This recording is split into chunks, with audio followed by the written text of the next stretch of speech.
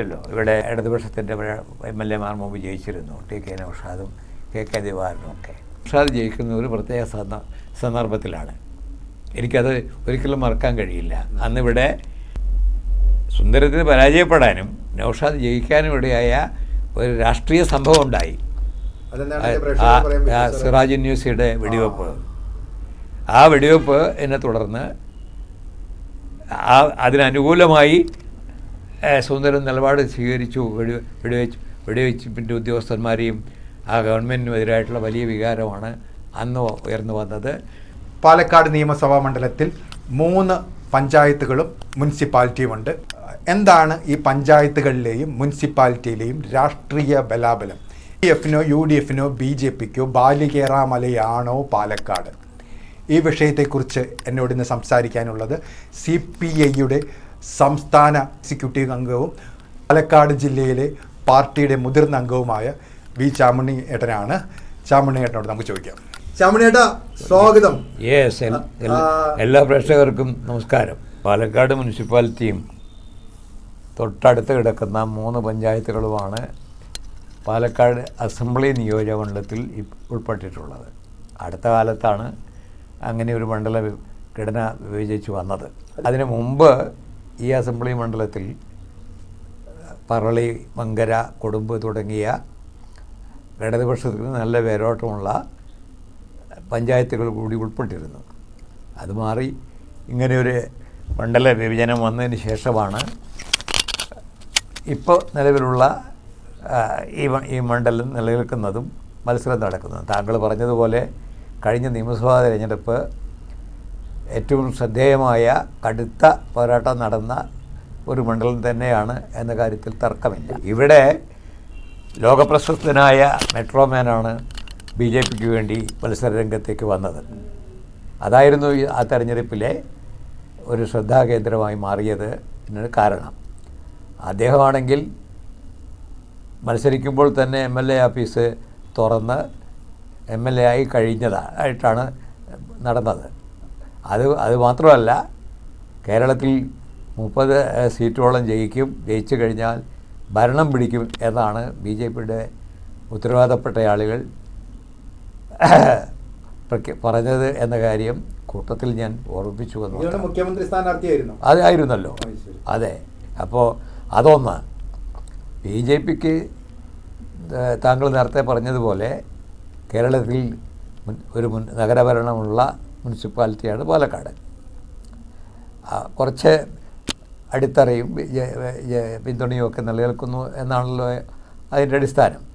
ആ നിലയിലുള്ള ഒരു പ്രദേശം തിരഞ്ഞെടുത്ത് അധികാരം പിടിച്ചെടുക്കാം എന്ന പ്രതീക്ഷയോടുകൂടി മത്സരിച്ചതാണ്. അദ്ദേഹത്തിന് അത്ര വലിയ രാഷ്ട്രീയ തന്ത്രങ്ങളും കളികളും അറിയുന്ന ആളാണെന്ന് ഞാൻ കരുതുന്നില്ല. എന്തായാലും അദ്ദേഹം മത്സരരംഗത്തേക്ക് വന്നു. അതിൻ്റേതായ വ്യക്തിപരമായ കുറേ പ്ലസ് വോട്ട് അദ്ദേഹത്തിന് ലഭിച്ചു എന്നുള്ളതും വസ്തുതയാണ്.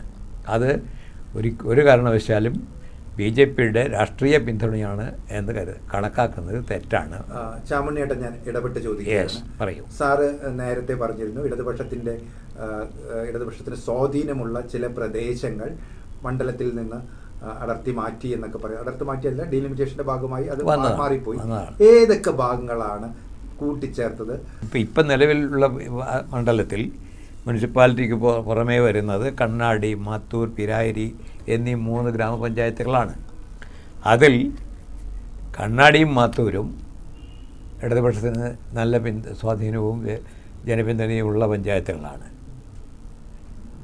പിരായിരി UDF-ന് മുൻതൂക്കമുള്ള പഞ്ചായത്തുമാണ്. അത്തരത്തിലുള്ള മുനിസിപ്പാലിറ്റിയിലെ ഒരു പ്രത്യേക സാഹചര്യം, 2 പഞ്ചായത്തുകളിൽ മറ്റൊരു സാഹചര്യം, ഒരു ഗ്രാമപഞ്ചായത്തിൽ ഇത് രണ്ടുമല്ലാത്ത ഒരു സ്ഥിതി. അങ്ങനെ ഒരു സമ്മിശ്രമായ രാഷ്ട്രീയ സ്വാധീനങ്ങളും ഒക്കെ നിലനിൽക്കുന്ന ഒരു. അതായത് ചാമുണ്ണിയേട്ടൻ പറഞ്ഞത് ഒന്നുകൂടി ആവർത്തിക്കുകയാണ്. മുനിസിപ്പാലിറ്റിയിൽ BJP-ക്ക് സ്വാധീനം, 2 പഞ്ചായത്തുകളിൽ LDF-ന് സ്വാധീനം, 1 പഞ്ചായത്തിൽ UDF-ന് വൻ സ്വാധീനം. നഗരസഭയിലെ വോട്ടുകൾ സ്വാഭാവികമായും BJPയുടെ ഒരു സ്വാധീന മേഖലയാണ്. പഞ്ചായത്തുകളിൽ ഞാൻ പറഞ്ഞു നേരത്തെ തന്നെ കണ്ണാടിയും മാത്തൂരും LDFന് നല്ല സ്വാധീനമുള്ള അവിടെ കർഷകരും കർഷക തൊഴിലാളികളുമാണ്. തീർച്ചയായിട്ടും ആ പിന്തുണ വർദ്ധിക്കുകയില്ലാതെ കുറയാനുള്ള യാതൊരു സാധ്യതയില്ല. പിന്നീട് UDFന് നല്ല വോട്ട് സംഭാവന ചെയ്യുകയും താങ്കൾ നേരത്തെ പറഞ്ഞ പോലെ ഇവിടെ മുനിസിപ്പാലിറ്റിയിൽ ഉണ്ടായിരുന്ന വലിയ ലീഡ് മറികടന്ന് ജയിക്കാൻ പിരായിരിയിലെ വോട്ട് കൂടി വന്നപ്പോഴാണ് എന്നുള്ളത് കഴിഞ്ഞ തെരഞ്ഞെടുപ്പ് ഫലവുമായി ബന്ധപ്പെട്ട് ചർച്ച ചെയ്യുന്ന ഒരു കാര്യമാണ്. എന്തായാലും പഴയതുപോലെ UDFൻ്റെ ആ വോട്ട് സ്വാധീനം ഇത്തവണ പിരായിരിയിൽ ഉണ്ടാകാൻ പോകുന്നില്ല. അവിടെയാണ് ഈ സ്ഥാനാർത്ഥിയുടെ പുതിയ സ്ഥാനാർത്ഥി വന്നതും കെട്ടിയിറക്കിയതാണ് എന്നുള്ള ആക്ഷേപങ്ങളൊക്കെ ഉയർന്നു വന്ന് കോൺഗ്രസ് പാർട്ടിയിലെ പ്രധാനപ്പെട്ട പ്രവർത്തകന്മാരായ ആളുകൾ, പഞ്ചായത്ത് മെമ്പർ ഉൾപ്പെടെയുള്ള ആളുകൾ രാജിവെക്കുന്നതിനും LDFൻ്റെ പക്ഷത്ത് മാറുന്നതിനുമൊക്കെ ഇടയായിട്ടുള്ള സംഭവങ്ങൾ ഉണ്ടായിട്ടുള്ളത്. ഇതൊക്കെ എത്രത്തോളം വോട്ടർമാരെ സ്വാധീനിക്കും, വോട്ടിങ്ങിൽ എങ്ങനെ പ്രതിഫലിക്കും എന്നൊന്നും നമുക്കാർക്കും ഇപ്പോൾ പ്രവചിക്കാൻ കഴിയാത്ത കാര്യങ്ങളാണ്. തീർച്ചയായും ഞാൻ പ്രതീക്ഷിക്കുന്നത് പിരായിരിയിൽ ഗണ്യമായ നിലയിൽ UDFൻ്റെ വോട്ട് കുറയാനാണ് സാധ്യത.